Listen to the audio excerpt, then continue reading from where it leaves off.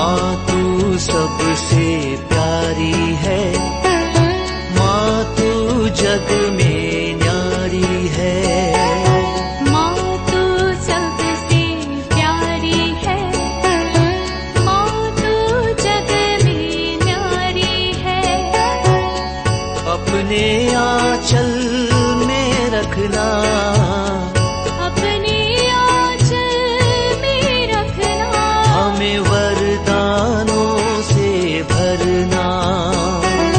माँ तू सबसे प्यारी है, माँ तू जग में न्यारी है। माँ तू सबसे प्यारी है, माँ तू जग में न्यारी है। Mr. Rajan Samuel, a great missionary in Hindi heartland, first class with distinction.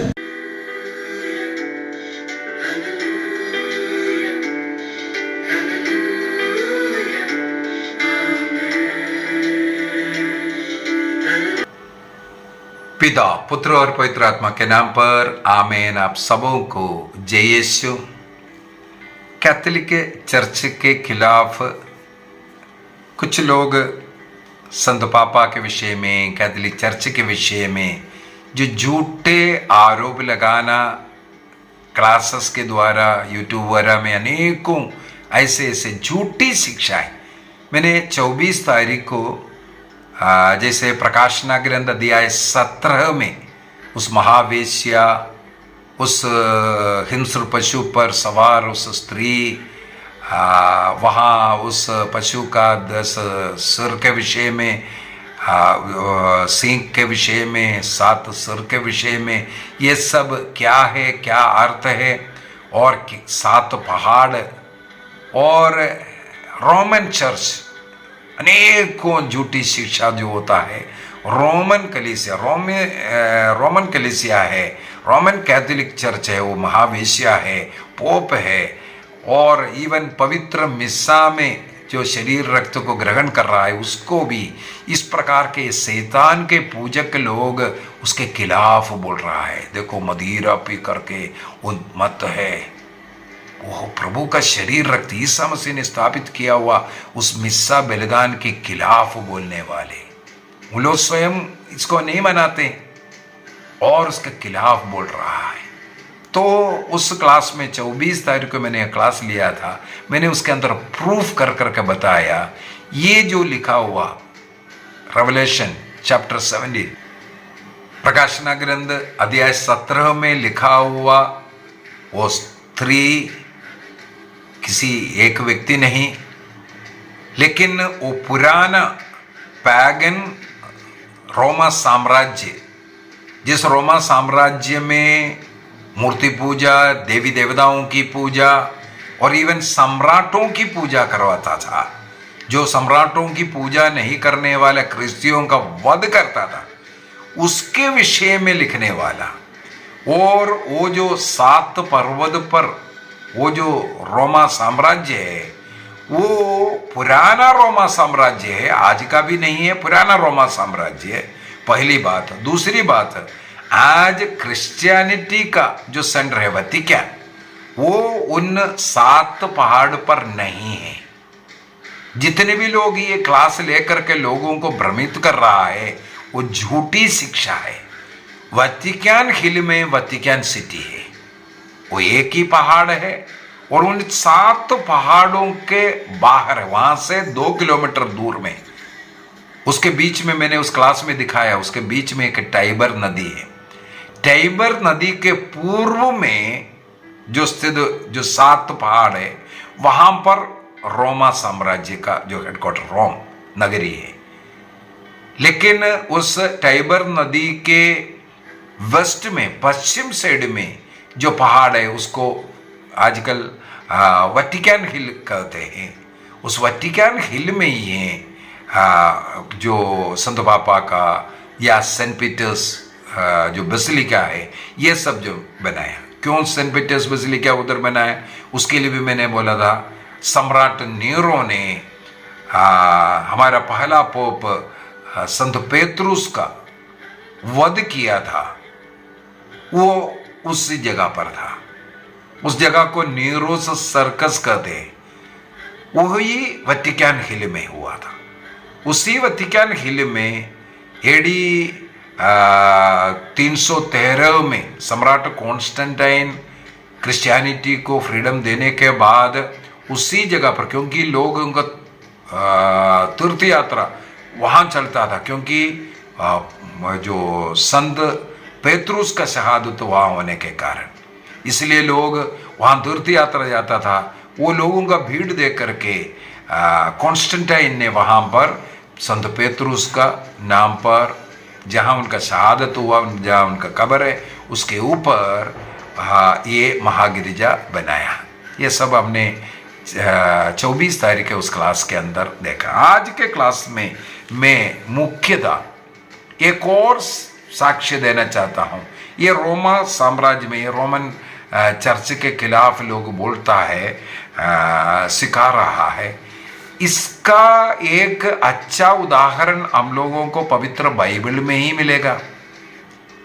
Daniel का ग्रंथ अध्याय 2 वाक्य 31 से 35 तक अगर पढ़ेंगे, दानिएल का ग्रंथ अध्याय 2 वाक्य 31 से 35 तक, वहां पर राजा नबूकदनेस्सर, बाबुल के राजा है, बाबुल के राजा नबूकदनेस्सर को एक स्वप्न मिलता है। उस स्वप्न में उसने एक मूर्ति को देखा।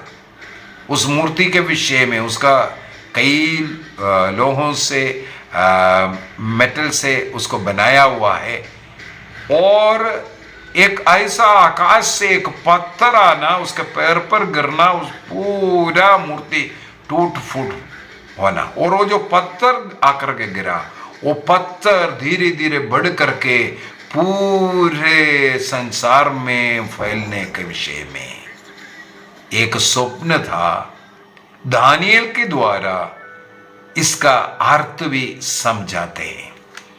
हम लोग थोड़ा सा उस स्वप्न वाला मूर्ति को देखेंगे, उसके एक एक भाग को समझेंगे, और ये जो आकाश से गिरने वाला पत्थर, ये क्या है जो आज पूरे दुनिया में फैला हुआ है, इसके विषय में हम लोग आज थोड़ा सा पढ़ेंगे। तब हम लोगों को क्रिश्चियनिटी ये रोम में होने का क्या कारण है ये भी समझ में आएगा।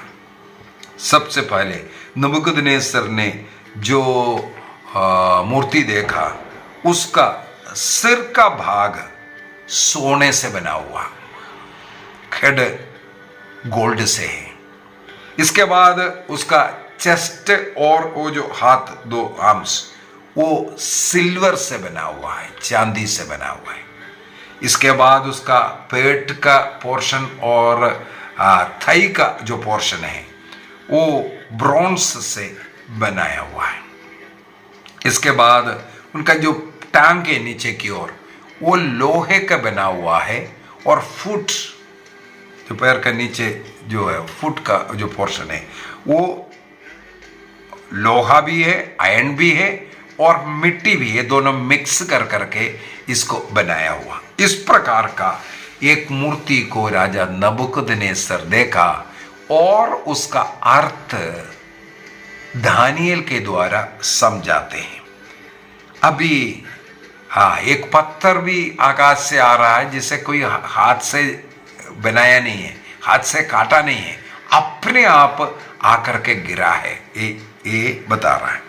तो इतनी बातों को अभी हमें समझने की जरूरत है। यदि आप ध्यान से इसको सीखेंगे, समझेंगे, तब क्रिश्चियनिटी के विषय में, रोमन कलीसिया के विषय में, रोम में क्यों, वतिकान में क्यों, ये दानिएल के समय पर ही इसका भविष्यवाणी हो चुका था। इसलिए चाहे कितने भी लोग रोमन कलीसिया के खिलाफ कुछ भी बोल दे, ये ईश्वर की इच्छा था रोम में इसका हेडक्वार्टर, वहां से पूरा दुनिया में फैलना, ये ईश्वर की इच्छा है। रोम हमें मालूम है दुनिया का सेंटर, उस वहां से ये दुनिया में क्रिश्चियनिटी फैलना, और दुनिया का सबसे बड़ा जो धर्म ये क्रिश्चियन बनना। तो इसका अर्थ को यहां पर हम लोग देख रहा है, उस मूर्ति का 4 भाग, ये 4 किंगडम है, राजत्व, राजा लोगों का, 4 राजाओं के विषय में 4 लोहा, चाहे वो सोना हो, चाहे वो सिल्वर हो या ब्रॉन्ज हो या आयरन, ये 4 प्रकार का राजत्व को दिखाता है। दानियल उसका मतलब नबूकदनेस्सर को समझाता है। सबसे टॉप में सिर में वो सोने से बनाया, गोल्डन है। दानियल ने राजा नबूकदनेस्सर से कहा, ये जो सिर जो सोने का बना हुआ है आप स्वयं हैं, अर्थात बाबुल के देश, बाबुल के राजा नबूकदनेस्सर। अध्याय 2 वाक्य 38 में दानियल कहते हैं, ये आप ही है सोने का। इसका मतलब सबसे वेल्थी, सबसे उस समय पर जो फेमस एक जो किंगडम जो है, ये बाबुल का बाबिलोनियन किंगडम है, सबसे शक्तिशाली। इसलिए इस्राएल को भी गुलाम में बना कर के रखा है, दानियल भी उनका गुलाम है। तो बहुत ही शक्तिशाली देश के रूप में उठा हुआ, सोने चांदी, धनी, ऐश्वर्य, ये सब प्रताप से भरा हुआ देश के रूप में नबूकदनेस्सर को अनेकों देशों के ऊपर पूर्ण अथॉरिटी भी था। उसके समय पर कोई डिवाइड नहीं है, पूर्ण अथॉरिटी इस राजा नबूकदनेस्सर के हाथ में था। ये सब दिखाने वाला है ये सोने का सिर। तो दानियल बोल करके दे रहे, ये सोने का सिर आप स्वयं हैं। और उनका पीरियड, बाबुल देश का पीरियड है 605 से, बीसी 605 से लेकर के बीसी 539 तक उनका राजकाल, बाबुल का जो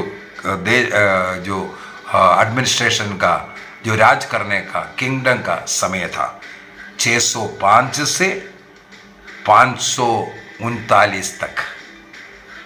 इसके बाद सेकंड, हमें मालूम है बाबुल के गुलामी में इस्राएल था, लेकिन पर्शियन राजा आकर के बाबुल पर आक्रमण किया और इस्राएलियों को वहां से आजाद करता हुआ, ये ईश्वर की इच्छा था। तो ईश्वर की प्रेरणा से पर्शियन देश आकर के इस बाबुल देश पर आक्रमण किया, उनके कब्जे में किया। यह है 539 में जो हुआ। इसका मतलब अगला जो शासक के रूप में पर्शियन राजा आए, यहूदियों के ऊपर शासन करने के लिए। हाँ, जरूर बाबुल की गुलामी से छुड़ाया, लेकिन यहूदियों के ऊपर शासक के रूप में ये पर्शियन लोग ही रहा है। कब तक? 331 में, 331 तक, 539 से लेकर के 331 तक पर्शिया देश, भिन्न भिन्न राजा लोग, हम लोगों को यसरा, नेहमिया, ये सब भागों में सब इसी को तो हम लोग पढ़ते हैं। और ये जो देश है बाबुल देश से थोड़ा सा कमजोर देश था। हम लोगों को दानियल के ग्रंथ अध्याय 2 वाक्य 39 में पढ़ने के लिए मिलता है।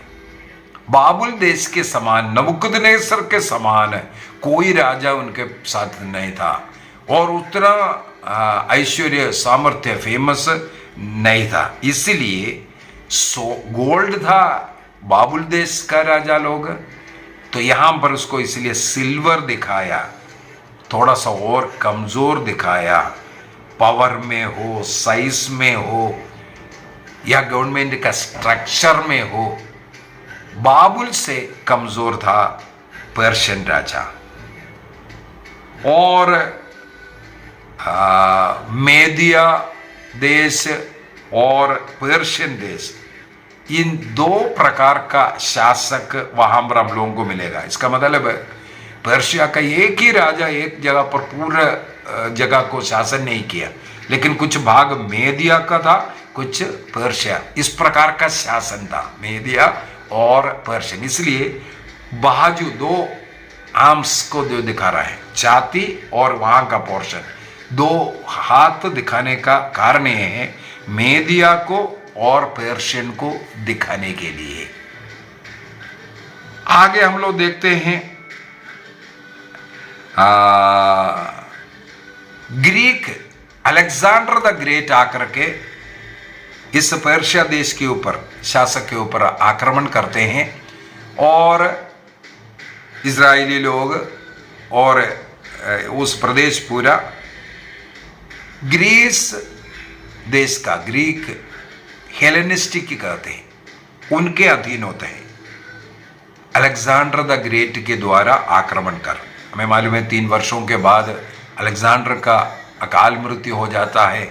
इसके बाद क्या हुआ उस पोर्शन को इसलिए दिखा रहा है, बेली के पेट का वो और टांगों का वो, उस भागों का है ना, थाई का पोर्शन को दिखा रहा है। उसको ब्रॉन्ज में दिखाने का पीछे का कारण यही है क्योंकि उनके समय पर ग्रीक शासक उतना शक्तिशाली, अलेक्जेंडर द ग्रेट जरूर 3 वर्ष के लिए रहा, उनके शासन में पूरा दुनिया उनके अधीन तो आया, लेकिन उनके मृत्यु के साथ साथ वे लोग कमजोर हो गया। दानियल के ग्रंथ अध्याय 2:29 के अंदर इसके विषय में हम लोगों को पढ़ने के लिए मिलता है, ये हेलेनिस्टिक जो शासन के विषय में। जरूर अलेक्जेंडर द ग्रेट 3 साल के लिए शक्तिशाली रहा, इसके बाद उनका देश डिवाइड होना, शेषु से 4 पार्ट में डिवाइड हुआ कर करके कहा जाता है, इसलिए वो बेली और टांगों को ये सब दिखा रहा है। और सबसे शक्तिशाली को दिखाने के लिए गोल्ड सर वो बाबुल का देश था, इसके बाद सिल्वर पर्शियन देश था, अभी ये हेलेनिस्टिक है ग्रीक, ये ब्रॉन्ज में दिखा रहा है, इसलिए ब्रॉन्ज में उस मूर्ति का भाग। अभी इसके बाद अगला आ रहा है रोमन साम्राज्य 331 लेकर के 146 तक,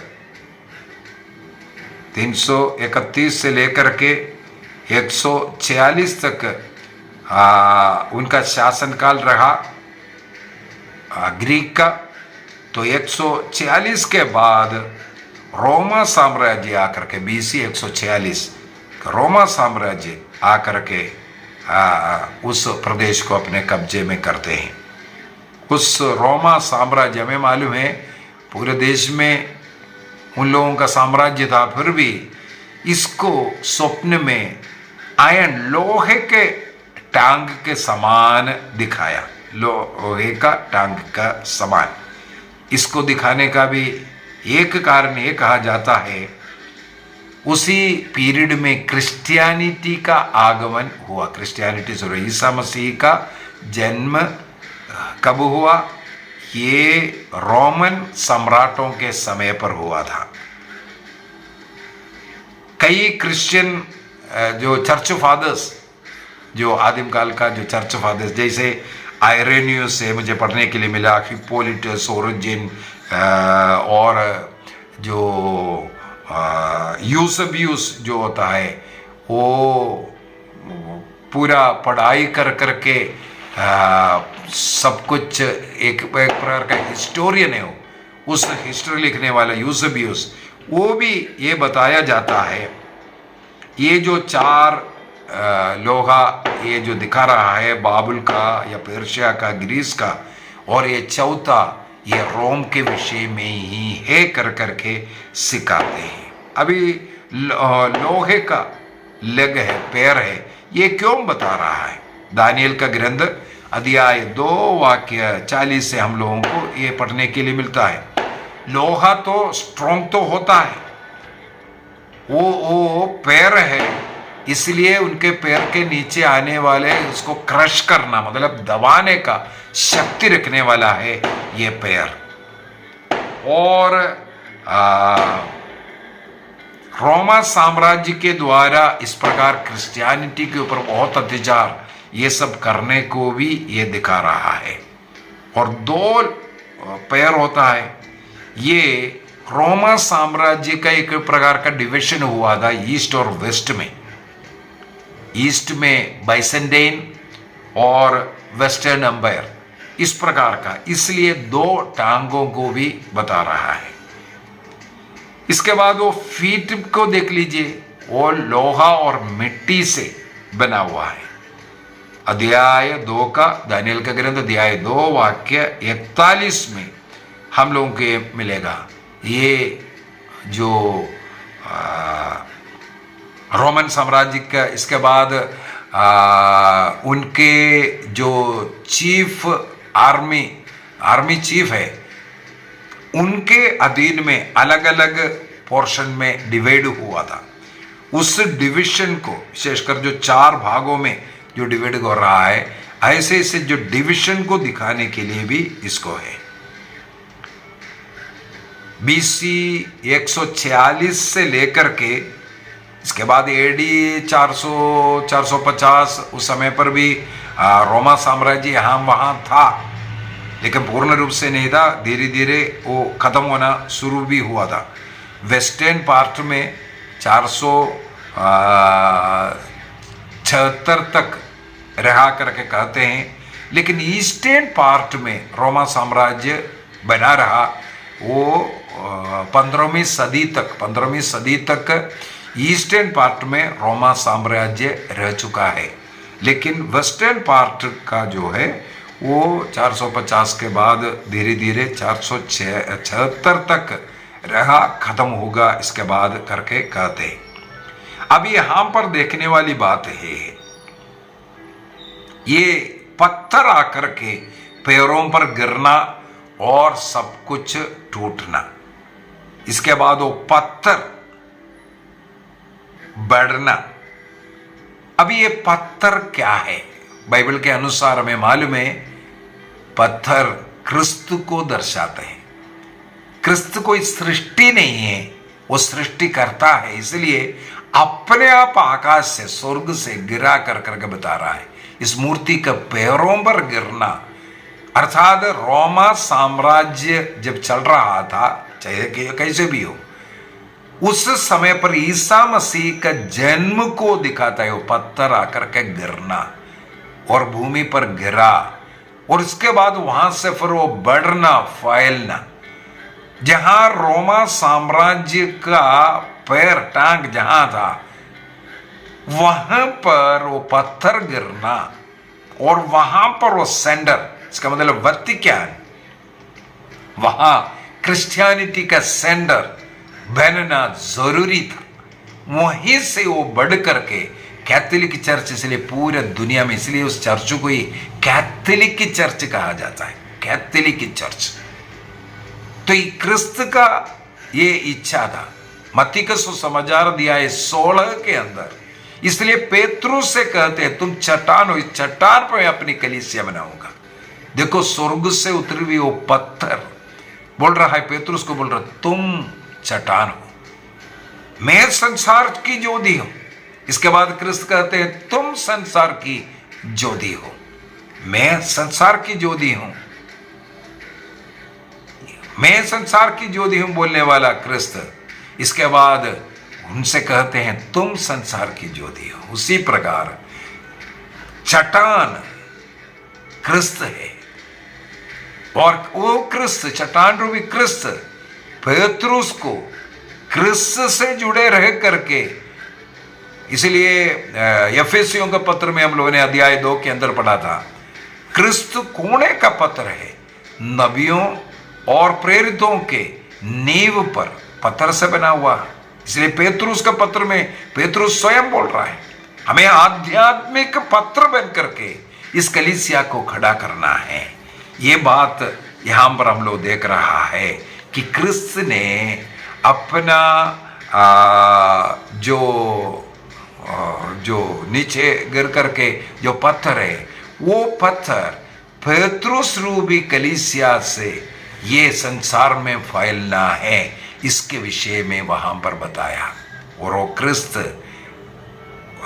जो रोमा साम्राज्य जहां पर उसका टांग जो गढ़ था, उसी गढ़ को तोड़ करके अब कौन सा है, क्रिश्चियनिटी का सेंटर हो, क्रिस्त का वो कलीसिया दुनिया भर में फैल गया। आज देखो इटली का कैपिटल मात्र है, एक छोटा सा देश, उसका कैपिटल मात्र है और रोम, लेकिन उसके बगल में जो वेटिकन हिल में जो कलीसिया जो बना हुआ है, क्रिस्त का कलीसिया जो बना हुआ है, वो सारे संसार में फैला हुआ।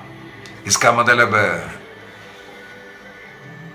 BC 600 में नबूकदनेस्सर का जो स्वप्न, जो दानिएल ने उसका अर्थ बता करके दिया, आज 2025 में सारे संसार में फैला हुआ क्रिश्चियनिटी और उसका मुखिया पेतरुस और आज लियो 14वां, ये सब ईश्वर ने एक स्वप्न के द्वारा, राजा नबूकदनेस्सर के द्वारा और दानिएल के द्वारा हम लोगों को समझाया।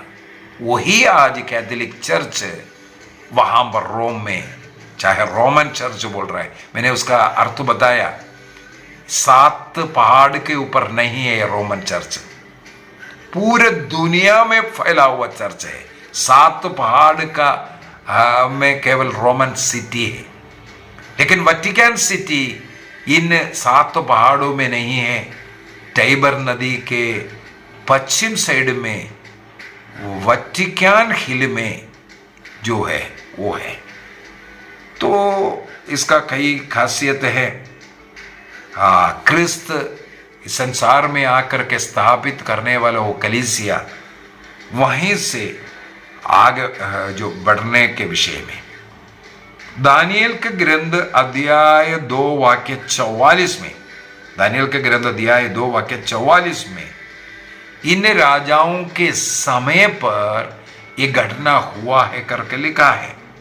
इसका मतलब रोमा साम्राज्य के जो राज्यकाल है, उस समय पर ईसा मसीह का जन्म होना और वहां पर क्रिश्चियनिटी की स्थापना होना बहुत ही जरूरी था। ईसा मसीह का जन्म जब हुआ उस समय पर अगस्टस सीसर सम्राट था। अगस्टस सीसर, लूकस का सुसमाचार अध्याय 2 वाक्य 1 को हम पढ़ेंगे। और उनका जो मृत्यु है, जब पोंटियस पायलट पिलातुस उस समय पर राज्यपाल था, लेकिन सम्राट कौन था? तिबेरियुस सीसर उस समय पर राज कर रहा था। तिबेरियुस रोमा साम्राज्य का एम्परर था, सम्राट था।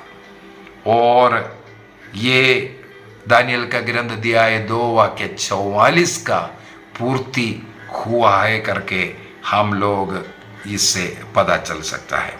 तो क्रिस्त का ये कलीसिया की स्थापना के विषय में था दानिएल के ग्रंथ अध्याय 2 का ये जो दर्शन और उसके विषय में जो बताया हुआ। मेरे विचार में जितने भी ऐसे शैतानी लोग जो झूठी शिक्षाएं दे रहा है कैथोलिक चर्च के खिलाफ में, संत पापा के खिलाफ में, वे लोग इसको थोड़ा सा ध्यान दे करके सीखना। ईसा मसीह का इच्छा यही था, रोम में क्रिश्चियनिटी का शुरुआत होना है, वहां उसका केंद्र सेंटर बनना है।